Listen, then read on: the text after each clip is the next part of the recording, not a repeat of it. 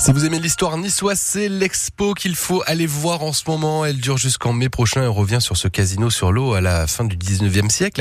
Le casino de la Jetée Promenade, c'est en réalité augmenté au musée Masséna. Son directeur est avec nous, il répond à vos questions, Yvan Planteil. Bonjour Jean-Pierre Barbero. Bonjour vous tous. Racontez-nous cette étonnante histoire de ce casino disparu. Il ressemblait à quoi précisément ? Un terrain de foot. Ah oui. Oui, C'est sommaire. 6500 mètres carrés, 25 mètres de haut, sur le bord de la baie des Anges, face au jardin Albert Ier. Et c'était le lieu où il fallait être. C'est le lieu où toutes les personnes de la villégiature se trouvaient. On passait des journées entières. On mangeait, on écoutait les spectacles, on allait jouer au casino. C'est l'endroit où il fait bon vivre. Construit au milieu du 19e, sur pilotis, avec énormément de pilotis. Avec plein de pilotis, c'est très particulier, c'est quand même impressionnant comme bâtiment. Et c'est construit une première fois en 1883, il est inauguré, et le jour de son inauguration, il prend feu, enfin 3 jours avant.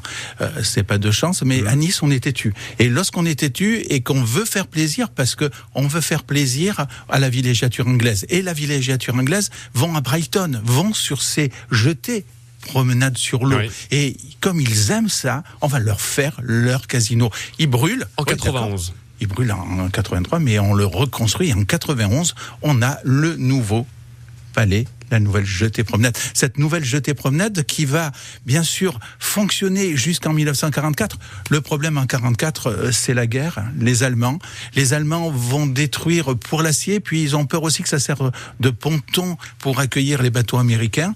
Et on se retrouve dans cette situation où un bâtiment qui avait marqué l'histoire, qui avait marqué le spectacle, qui était peint par tous les artistes.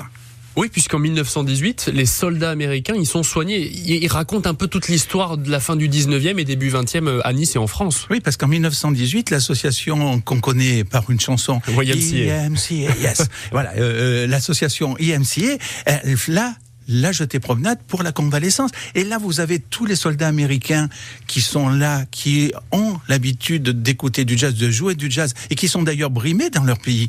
Arrivent à Nice, et on est une ville libre, une ville qui aime la musique, ils vont jouer dans les hôtels.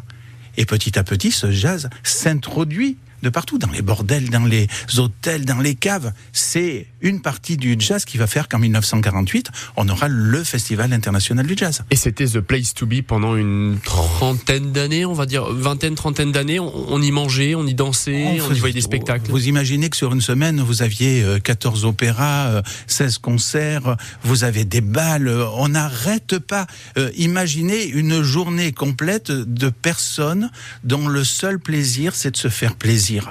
Et de se faire plaisir sur ce phare, lorsqu'on était la nuit, qu'on voit le casino de cette jetée promenade, de cette coupole illuminée, vous imaginez la chance qu'on pouvait avoir à cette époque. Alors bien sûr, cette chance, certains voudraient l'avoir aujourd'hui, mais le problème, c'est que dès 1951, le Conseil d'État va rendre un avis négatif parce que la direction... Parce qu'on voulait le reconstruire. Ah oui, après le démantèlement 44. Après 1944, on souhaite réellement que la jetée promenade reprenne sa place.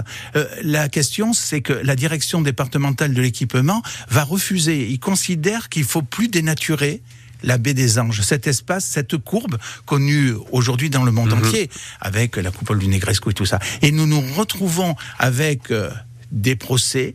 Ça monte jusqu'au Conseil d'État et le 13 juillet 1951, la décision tombe bien avant la loi littorale. Il n'y aura pas de jetée promenade. Ce casino de la jetée promenade, c'était The Place to Be au début du 20e, The Place to Be actuellement pour le voir, ou en tout cas peut-être avoir une idée de ce à quoi il ressemblait. C'est la Villa Masséna avec cette exposition qui a commencé en début de semaine, qui va jusqu'en mai prochain.